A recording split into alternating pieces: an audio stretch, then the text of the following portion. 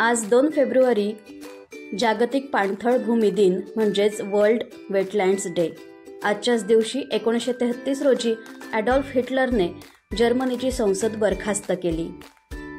गोवा मुक्ती संग्रामातील स्वातंत्र्य सैनिक नानासाहेब गोरे, मधु लिमये, जगन्नाथराव जोशी यांची 2 फेब्रुवारी 1957 रोजी गोव्यातील तुरुंगातून मुक्तता करण्यात आली।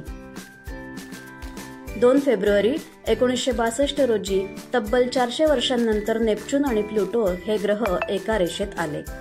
भारतीय गुरुकुल कांगरी युनिव्हर्सिटीचे संस्थापक स्वामी श्रद्धानंद यांचा 2 फेब्रुवारी 1856 रोजी जन्म झाला।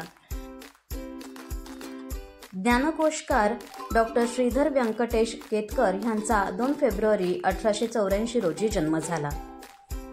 भारतीय पत्रकार व लेखक खुशवंत सिंग यांचा 2 फेब्रुवारी 1915 रोजी जन्म झाला। भारतीय लेखक आणि अनुवादक MC नंबूद्रीपाद यांचा 2 फेब्रुवारी 1919 हा जन्मदिवस।